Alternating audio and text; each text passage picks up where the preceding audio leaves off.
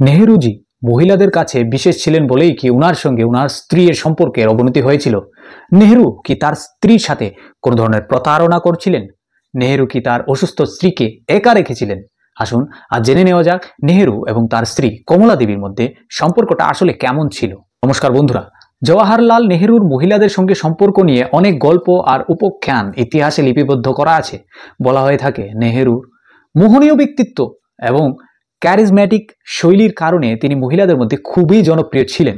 কমলা নেহেরু ভারতের প্রথম প্রধানমন্ত্রী জওয়াহরলাল নেহেরুর স্ত্রী এবং প্রাক্তন প্রধানমন্ত্রী ইন্দিরা গান্ধীর মা ছিলেন।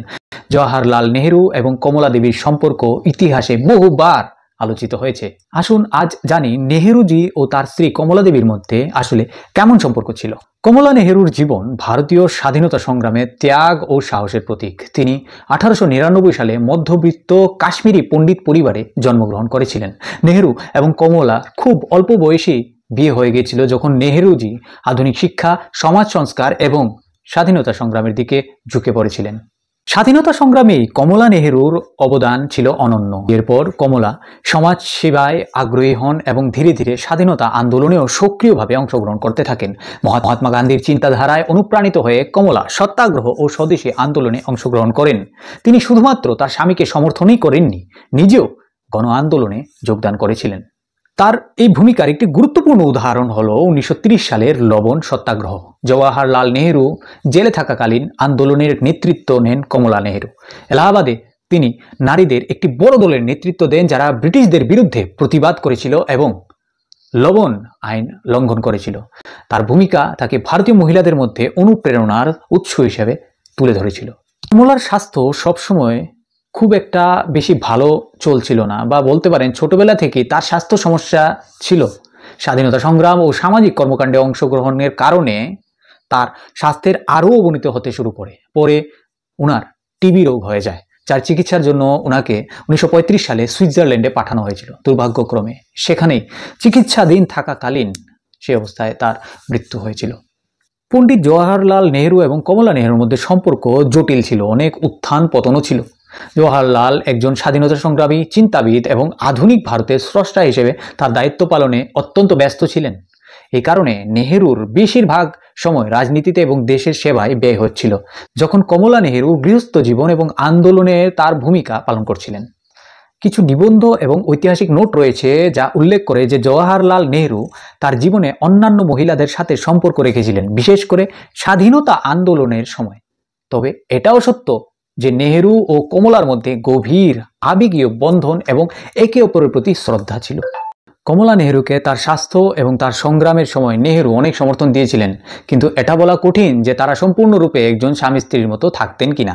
ইতিহাসবিদদের দৃষ্টিতে জাতির প্রতি নেহেরুর কর্তব্য এবং স্বাধীনতা সংগ্রাম, তার দায়িত্ব তার ব্যক্তিগত জীবনকে ছাড়িয়ে গেছে। কেউ কেউ এটাকে কমলার প্রতি নেহেরুর বিশ্বাসঘাতকতা মনে করতে পারেন, আবার কেউ কেউ একে তৎকালীন সামাজিক ও রাজনৈতিক চাপের প্রতিফলন হিসেবে দেখছেন। এটা সত্য যে নেহেরুর জীবন দেশের সেবায় অত্যন্ত নিবেদিত ছিল এবং এর কারণে তার ব্যক্তিগত জীবন প্রভাবিত হয়েছিল।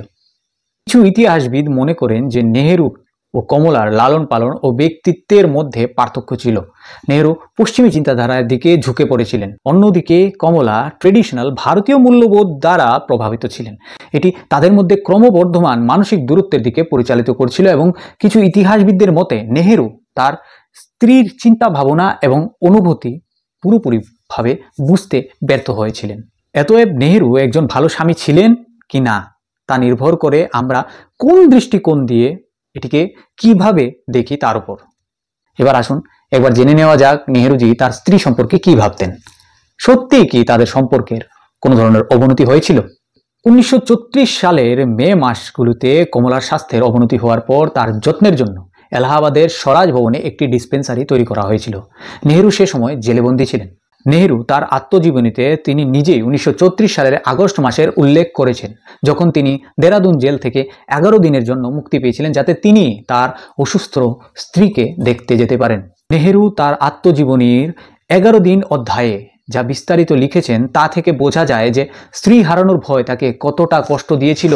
স্ত্রীর সঙ্গে 11 দিন থাকার পর তাকে নৈনি জেলে আবার পাঠিয়ে দেওয়া হয়। তার আত্মজীবনীর আবার জেল অধ্যায়ে নেহেরু বলেছেন কিভাবে কমলার জন্য উদ্বেগ তার মন থেকে রাজনীতিকে সম্পূর্ণরূপে সরিয়ে দিয়েছিলেন। এরপরই নেহেরুকে আলমোড়া জেলার কারাগারে স্থানান্তরিত করা হয়েছিল, যাতে তিনি তার স্ত্রীকে দেখা করতে যেতে পারেন, যিনি নিকটবর্তী ভুয়ালিতে চিকিৎসার জন্য এসেছিলেন। নেহেরু নিজেই লিখেছেন যে তিনি 3.5 মাসে কমলা নেহেরুর সাথে মাত্র 5 বার দেখা করতে পেরেছিলেন। এখানে তৎকালীন ভারতীয় মন্ত্রী স্যার স্যামুয়েল হোর প্রায়ই বলতেন যে নেহেরুকে তার স্ত্রীর সাথে সপ্তাহে 1 বার বা 2 বার দেখা করতে দেওয়া হয়েছিল। এই আলমোড়া জেলে নেহেরু তার আত্মজীবনী শেষ করেছিলেন এবং 25 অক্টোবর 1935 উপসংহারে উনি লিখেছিলেন যে গত মাসে আমার স্ত্রী ভুয়ালি থেকে চিকিৎসার জন্য ইউরোপ গেছেন। যেহেতু তিনি ইউরোপ গেছেন, আমি তার সাথে দেখা করতে ভুয়ালি যাওয়া বন্ধ করে দিয়েছি।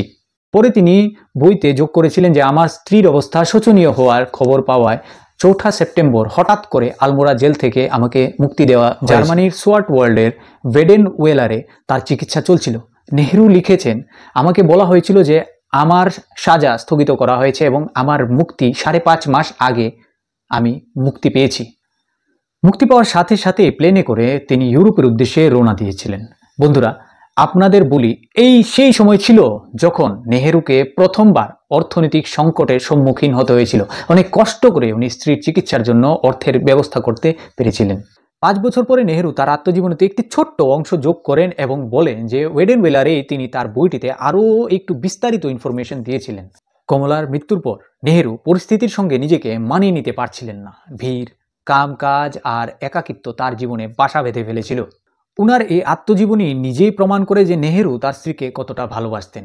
তার আত্মজীবনীতে আরও উল্লেখ করা হয়েছে যে স্বাধীনতা সংগ্রামে ব্যস্ত থাকা সত্ত্বেও নেহেরু কমলার সঙ্গে তার চিকিৎসার জন্য কলকাতায় যেতেন।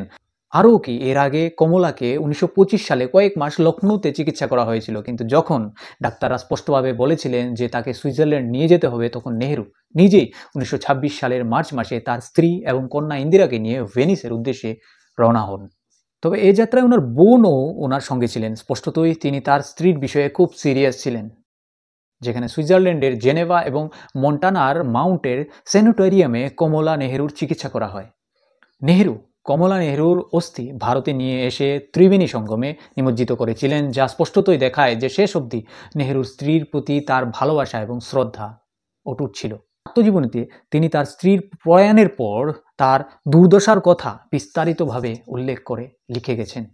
তাই বন্ধুরা, নেহেরুজি তার স্ত্রী কমলা নেহেরুর সাথে প্রতারণা করেছিলেন এটা বলা অসঙ্গত হবে। এই বিষয়ে নিয়ে আপনাদের মতামত কমেন্ট করে অবশ্যই আমাদেরকে জানাবেন। তাহলে আজকের মতো বিদায় নিচ্ছি বন্ধুরা। আপনারা খুশি থাকুন, আমাদের দেশও খুশি থাকবে।